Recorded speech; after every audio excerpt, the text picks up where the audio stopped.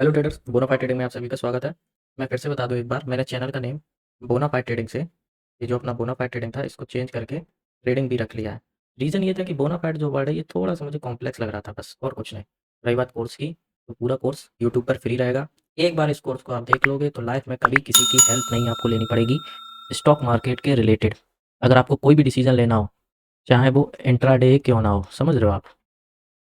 चाहे इंट्राडे ही क्यों ना हो, इन्वेस्टिंग क्यों ना हो। इन्वेस्टिंग किसमें? आईपीओ में, या एसएमई के आईपीओ में, ठीक है, या फिर स्विंग ट्रेडिंग।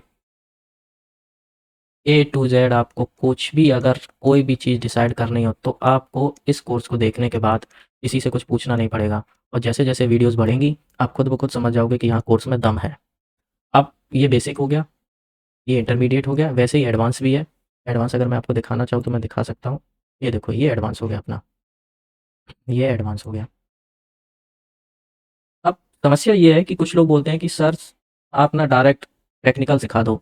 देखो क्या है ना, कई लोग मैसेज आते हैं कि बिगिनिंग से ही शुरू करो। कई लोग बोलते हैं कि मुझे कुछ नहीं पता, ए टू जेड मुझे सीखना है। कुछ लोग बोलते हैं मुझे बस बता दो कितनी कैपिटल चाहिए, एक सेटअप दे दो, मैं उस सेटअप पे काम करूंगा, उस काम पैसे कमाऊंगा।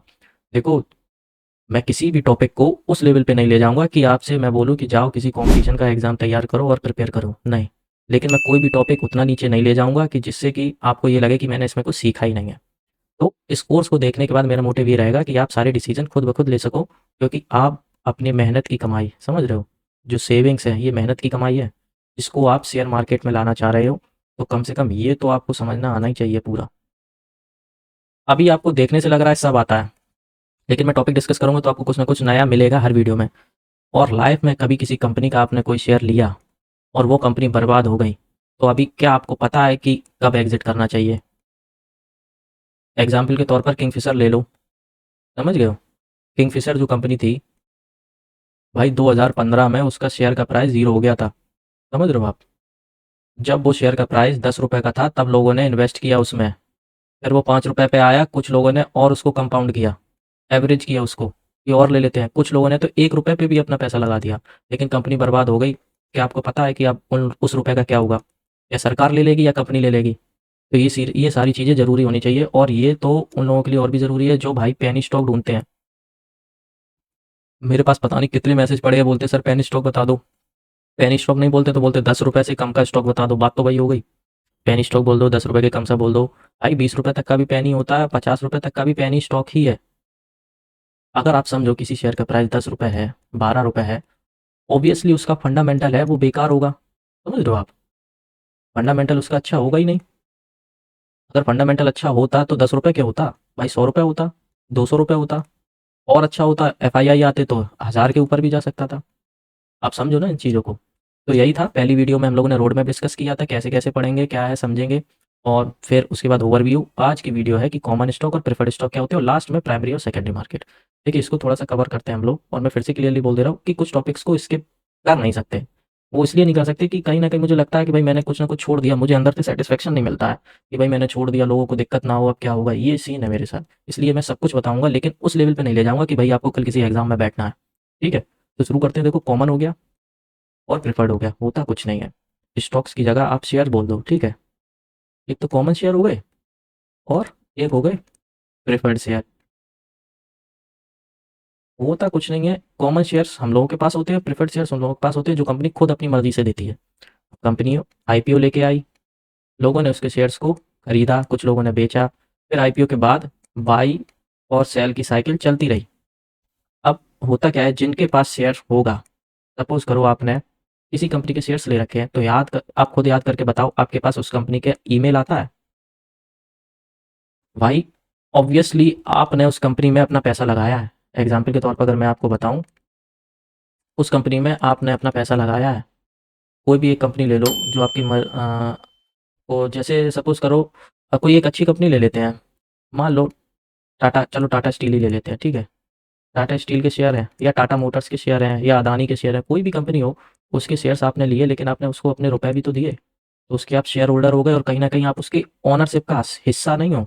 आपके पैसे से वो काम कर रहा है, तो कहीं ना कहीं आप उसकी ओनरशिप का एक छोटा सा हिस्सा नहीं हो। हालांकि भाई मैंने 1 लाख ही रुपए क्यों ना इन्वेस्ट किए हों, या 10,000 ही क्यों ना इन्वेस्ट किए हों, लेकिन क्या वो 10,000 उस कंपनी ने अपने काम में नहीं यूज़ किए? तो कहीं न कहीं हम लोग ओनरशिप हो गए। इसी वजह से कंपनी के ऊपर ज़िम्मेदारी होती है कि भाई ईमेल से आजकल बड़ी कंपनियों के लिए ईमेल भेजना कंपल्सरी है जब-जब आप एनुअल जनरल मीटिंग करो। इस एनुअल जनरल मीटिंग में अगर आपने किसी कंपनी के ज़्यादा क्वांटिटी ले रखी है, जैसे सपोज़ करो किसी कंपनी का 1000 शेयर ले रखा है और उसका फंडामेंटल भी अच्छा है, समझना मेरी बात, तो आप उस कंपनी की एजीएम ज़रूर अटेंड किया करो। आपको ईमेल में आईडी पासवर्ड मिलेगा इसमें। इसमें आईडी और पासवर्ड दे देते हैं वो लोग ईमेल में। कैसे जॉइन करना है सब बता देंगे, यहाँ तक कि ये बता देंगे कि क्या-क्या आइटम्स वो डिस्कस करेंगे, कौन-कौन से टॉपिक्स पे वो बात करेंगे। आप मेरी बात समझना ध्यान से, बहुत ध्यान से समझना। एजीएम में आप बैठे हो क्योंकि आपके पास 1000 शेयर्स हैं उस कंपनी के। उस कंपनी ने बोला, यहाँ पे आ जाते हैं, उस कंपनी ने बोला कि भाई हम लोग ना 200 करोड़ रुपए इन्वेस्ट करने जा रहे हैं ईवी में। आपको ये बात एजीएम में तभी पता चल गई, तो आपको पता नहीं है कि ये बात एजीएम में डिस्कस हो रही है, आप शेयर होल्डर, आपको पता चल गई। अब आपको नहीं लगता ये 1000 की क्वांटिटी और बढ़ा देनी चाहिए, हो सकता है 1000 और ले लो, मान लो आपके पास फंड है, 1000 और ले लो या 200 ही शेयर और ले लो। जब एजीएम खत्म होगी तब ये ऐप, ये न्यूज़ वाले आएंगे, मनी कंट्रोल हो गया ये, तब ये हाईलाइट में भेजेंगे, लिखेंगे कि भैया देखो एजीएम में ये डिसाइड हुआ, कंपनी 200 करोड़ रुपए ला रही है इलेक्ट्रॉनिक व्हीकल्स में, चलो शेयर्स खरीदना शुरू कर दो। लेकिन ये बात आपको एजीएम में पता लग गई।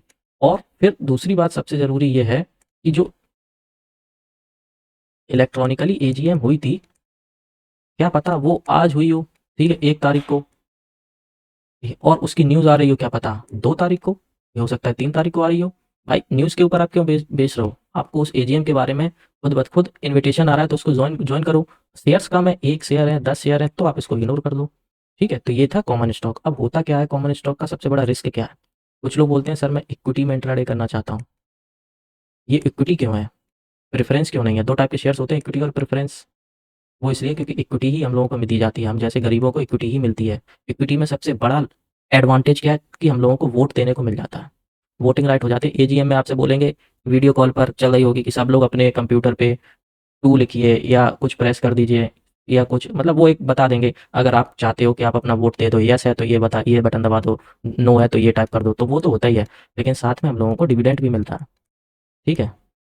ये तो एडवांटेज हो गए। इसका सबसे बड़ा डिसएडवांटेज ये है कि जैसे किंगफिशर है, समझना मेरी बात ध्यान से, मैं थोड़ा-सा ऊपर ले जा रहा हूँ और आपको ज़रूरी है समझना। किंगफिशर का शेयर 2015 को ज़ीरो हो गया था, ज़ीरो बटा सन्नाटा। तो अगर आपके पास जब किंगफिशर के शेयर ₹5 पे था, तो मान लो आपने उसके 10,000 शेयर ले लिए, आपने इन्वेस्ट कर दिया 50 के, और वो 2015 में एंड में आके ज़ीरो हो गई, तो आप आपके ₹50,000 का क्या होगा? खासतौर से वो लोग जो लोग पेनी स्टॉक्स में इन्वेस्ट करते हैं, बताओ क्या होगा उसका? तो भाई उसके लिए सीधी-सी बात ये है कि जब कंपनी बर्बाद होती है, जब कंपनी की डेथ होती है, खत्म होती है, चाहे स्कैम हो या कोई और हो रीज़न, कंपनी खत्म हो रही है, तो जो जो मेनली स्कैम वाला सीन रहता है उसमें ये रहता है कि पहले जो लोग सिक्योर्ड हैं, सिक्योर्ड क्रेडिटर्स, मतलब कि कंपनी ने जिनसे कुछ गिरवी रख के पैसा लिया है, पहले उनका पेमेंट होगा। फिर गवर्नमेंट बोलेगी भैया मेरा जीएसटी का वो तो टैक्स दे दो, ये भी, और जीएसटी के टैक्स पे पेनल्टी भी है भैया, पेनल्टी भी दो। पेनल्टी दे दी, ठीक है, जीएसटी की पेनल्टी भी हो गई। अब पीछे से आवाज़ आई, मैं इस कंपनी में 10 साल से काम कर रहा हूँ, मुझे 2 साल से सैलरी नहीं मिली है, तो भैया एम्प्लॉइज़ की सैलरी दो, ब्याज के साथ दो एम्प्लॉइज़ की सैलरी, समझ रहे हो? फिर उसके बाद ये आ जाएँगे प्रेफ़रेंस स्टॉक्स वाले, अभी बताऊँगा प्रेफ़रेंस क्या होता है। ये बोल देंगे भैया मेरे प्रेफ़रेंशियल स्टॉक्स ले रखा हूँ मैं, मुझे डिविडेंड चाहिए, और डिविडेंड के साथ-साथ जो आपने दिया था, बोला था डिविडेंड तो चाहिए ही चाहिए, और मेरा रुपया दे दो जितना मैंने इन्वेस्ट किया था, मुझे वो सूद समेत चाहिए ब्याज के साथ, या जिस टाइप का प्रेफ़रेंशियल स्टॉक्स लिया हो वो। फिर बाद में हम लोगों का नंबर आएगा जो शेयर्स लेके बैठते हैं अपने डीमैट अकाउंट से। अगर पैसा बचेगा तो पेमेंट होगा, अदरवाइज़ नहीं होगा। तो जो आपका 50,000 रुपये है, वो 50,000 रुपये पहले इनको दिया जाएगा, फिर जीएसटी ईएसटी में जाएगा, फिर एम्प्लॉयज़ को दिया जाएगा, फिर ये प्रेफ़रेंस वालों को दिया जाएगा। अगर बचेगा तो आपको मिल जाएगा 1-2 रुपए, नहीं तो नहीं मिलेगा। तो ये होता है कॉमन स्टॉक, और इसका एडवांटेज क्या है कि डिविडेंड हम लोगों को तो मिलता ही है, प्लस एजीएम का नोटिस आ जाता है। तो अगर आप सीरियस इन्वेस्टर हो तो एजीएम उसकी जॉइन करो और देखो कंपनी में क्या बातें हो रही हैं। आपके पास 1000 शेयर्स हैं, आपको नहीं समझ में आ रहा है कि क्या करना है, तो भाई एजीएम जॉइन करो ना, आपके पास तो बहुत अच्छा राइट है, इलेक्ट्रॉनिकली एजीएम जॉइन करो, जितनी देर के लिए भी जॉइन करना हो, और नोटिस में बता देंगे कि हम लोग किस-किस टॉपिक पर बात करेंगे, क्या-क्या आइटम होंगे, उस पर हम लोग बात करेंगे। समझ रहे हो आप? बस ये सीन है। वहीं प्रेफ़रेंस पे आ जाते हैं, प्रेफ़रेंस पे क्या है, देखो भाई कंपनी बहुत बड़ी है, मान लो टाटा मोटर्स है, तो कंपनी बहुत बड़ी है। अब भाई टाटा मोटर्स इतनी बड़ी कंपनी है, उसका नेटवर्क ही इतना ज़्यादा है। आप मेरी बात समझो ना, नेटवर्क ही इतना ज़्यादा है। अब ज़रूरी है वो आईपीओ लेके आए या बोले कि भाई मेरे शेयर्स ले लो, एफपीओ लेके आए। भाई उसको पैसा चाहिए, उसके पास नेटवर्क में हज़ारों लोग पड़े हैं, तो 100-200 करोड़ तो ऐसे ही दे देंगे। तो उन्हीं को बोलते हैं प्रेफरेंशियल स्टॉक या प्रेफरेंशियल अलॉटमेंट। अब कंपनी ने क्या किया, अपने गिने चुने लोगों को कुछ शेयर्स दे दिए और बोल दिए अच्छा तुम एक काम करो, जो रेट चल रहा है रेट वही रहेगा, मार्केट में 1050 है तो 1050 ही दूंगा, लेकिन मैं तुम्हें प्रेफरेंशियल वाला दे दूंगा, जिससे कि कल कंपनी बर्बाद होती है या डिविडेंड मिलता है तो पहले मुझे मिलेगा। तो बोला ठीक है भाई 1050 पे लाओ, कितने की डील चाहिए, 200 करोड़, ले जाओ 200 करोड़। और आपको पता भी नहीं चला, यहाँ से इतना काम हो गया। और बाद में न्यूज़ आएगी, जब बाद में न्यूज़ आएगी तो न्यूज़ क्या आएगी, मनी कंट्रोल पे या कोई ऐप पे, कि टाटा मोटर्स ने, ठीक है, टाटा मोटर्स ने 200 करोड़ की फंडिंग उठा ली भाई प्रेफरेंशियल अलॉटमेंट से। ठीक है, ये न्यूज़ आपको कैसे पता चलेगी, ये न्यूज़ तब पता चलेगी जब ऐप वाले देंगे। और वहीं अगर आपने इसके शेयर्स ले रखे होंगे और आपने एजीएम अटेंड नहीं की भी होगी, तो उसके सिर्फ ईमेल में आपने एक बार रीड कर लिया होगा कि हम लोग प्रेफरेंशियल अलॉटमेंट भी डिसाइड करेंगे, तो शेयर होल्डर्स की अप्रूवल या जो भी है उन लोगों को चाहिए रहेगी, तो वो एक बार आपसे पूछेंगे ज़रूर, या कहीं ना कहीं आइटम में डिस्कस होगा प्रेफरेंशियल अलॉटमेंट। अगर आपने शेयर्स ले रखे होंगे तो ईमेल में आपको एजीएम का जो नोटिस आएगा, नोटिस में बता दिया जाएगा कि इसके बारे में डिस्कस होगा, लेंगे कि नहीं लेंगे वो बात की बात है, तो तब आपको पता चल जाएगा। अदरवाइज़ सिर्फ न्यूज़ से ही पता चलेगा अगर आपके पास इसके कोई शेयर्स नहीं है। और फिर दूसरी बात ये है, अगर शेयर्स ही नहीं है तो न्यूज़ में तो ऐसे भाई हज़ारों न्यूज़ आती हैं। आप समझो ना, आप उन पे फ़ोकस करो ना जिनके शेयर्स हैं आपके पास, उनको इंक्रीज़ करना है या डिक्रीज़ करना है वो कैसे पता चलेगा? तो भाई एजीएम आप ज़रूर जॉइन करो कंपनी की। एजीएम नहीं जॉइन कर पाते हो तो एजीएम में जो इलेक्ट्रॉनिकली आपका नोटिस आया है, उस नोटिस में दिया होगा कि भाई हम लोग क्या-क्या आइटम डिस्कस करेंगे। ठीक है? उसमें एक स्टेटमेंट भी होता है जिसमें डिटेल भी लिखी रहती है। ठीक है? मैं अगली वीडियो में दिखा दूँगा एक्सप्लेनेटरी स्टेटमेंट क्या होता है, वो उसमें सब लिखा होगा, इन आइटम्स को डिस्कस होगा, तो वो देखो ना, आपको न्यूज़ वालों से पहले पता चल जाएगा, क्या डिस्कस करना है। तो ये था कॉमन स्टॉक। और प्रेफ़रेंस स्टॉक्स क्या होते हैं? बस वही जो अभी मैंने बताया कि 4 लोगों को इकट्ठा कर लिया, 200 करोड़ के शेयर्स ले लिए, प्राइस सेम था जो मार्केट में चल रहा है, बस उनको थोड़ी-सी प्रेफ़रेंशियल बेनिफिट मिल जाएगा, प्रायोरिटी उनकी ऊपर हो जाएगी हम लोगों से। लेकिन वो एजीएम में वोट नहीं कर सकते आपकी तरह, उनके पास कोई नोटिस नहीं जाएगा। अगर नोटिस जाएगा तो वो वोट नहीं कर सकते। हम लोग वोट कर सकते हैं, नहीं प्रेफ़रेंशियल अलॉटमेंट नहीं लेना है, हम लोग शेयर होल्डर्स हैं, हम लोगों को ये काम अच्छा नहीं लग रहा है, तो आप कर सकते हो। लेकिन ताकत होनी चाहिए कि इतनी बड़ी कंपनी के डिसीजन को आप हिला पाओ, तो उसके लिए आपके पास कितने शेयर्स होने चाहिए आप सोच लो, वो चीज़ है। और एक यूनिटी होगी तभी तो, यूनिटी तभी होगी जब कुछ गलत काम करेगी कंपनी, तभी वो एजीएम में मना होगा, तो वो चीज़ है। अब एक छोटा सा टॉपिक और डिस्कस कर लेते हैं, एक होता है प्राइमरी मार्केट, ठीक है, एक होता है सेकेंडरी मार्केट। ठीक है, प्राइमरी और सेकेंडरी। प्राइमरी मार्केट में आईपीओ थोड़ा सा रिस्की रहता है, ठीक है, सेकेंडरी मार्केट में इंट्राडे थोड़ा सा रिस्की रहता है, अभी मैं समझा दूंगा। ठीक है, लेकिन ये कम रिस्की है इससे, क्योंकि इंट्राडे में थोड़ा सा ज़्यादा रिस्क है। होता क्या है, कंपनी टाटा मोटर्स पहली बार आई, बोला मेरा शेयर्स ले लो। आईपीओ कैसे आता है मैंने थोड़ा सा डिस्कस किया है प्रीवियस वीडियो में, और डिस्क्रिप्शन में मैं प्लेलिस्ट की लिंक दे दूंगा, आप उसमें देख लेना, वीडियो नंबर 2। ठीक है, जिसमें लिखा होगा overview of share market. Tata Motors IPO लेके आई, लोगों से बोला भाई मेरे शेयर्स ले लो, शेयर्स ले लो, लोगों ने ठीक है कहा, आईपीओ से शेयर्स ले लिया। उसके प्राइस थे 250 से लेके 263। कभी आपने सोचा आईपीओ में दो प्राइस क्यों होते हैं, ये भी हम लोग डिस्कस करेंगे आगे कोर्स में। 250 से लेकर 263 का प्राइस था, लोगों ने खरीदना शुरू किया, लिस्ट हुआ भाई साहब वो 198 पर। हुआ होगा कोई कारण, अब तो पता नहीं कैसी कंपनी है, टाटा की जगह कोई और रख लो, बटाटा रख लो। अब बटाटा तो आपको पता भी नहीं है कौन सी कंपनी है, टाटा तो पता थी तो आपने ले लिया आईपीओ, बटाटा का आईपीओ 198 पे हुआ, 263 का रुपया 198 पे लिस्ट हुआ, अब आपका आईपीओ में पैसा फंस गया। ठीक है, तो ये थोड़ा सा रिस्की है। इसको प्राइमरी मार्केट बोलते हैं, जब कंपनी खुद शेयर्स लेके आए, इस शेयर मार्केट में मेरे शेयर ले लो, मेरे शेयर ले लो, कंपनी खुद बेचने आए, तो प्राइमरी मार्केट हो गया। एक बार आईपीओ हो गया, फिर आपस में हम लोग लड़ते हैं, बाई और सेल हम लोग करते रहते हैं। आपका टाटा मोटर्स के शेयर्स लिस्ट हो गए, अब बाई और सेल हो रही, कल आपने खरीदा, कल किशन ने खरीदा, परसों शेयर मार्केट से किसी राम ने खरीदा, फिर किसी मार्केट ने रेहान ने खरीदा, तो ये भाई मार्केट से अपने डीमैट अकाउंट से खरीद बेच रहे हैं। अब एक बार वो शेयर लिस्ट हो गया तो प्राइमरी मार्केट हो गया, वही शेयर बाद में जब आपस में शेयर मार्केट में ट्रेड होने लगा तो सेकेंडरी मार्केट हो गया।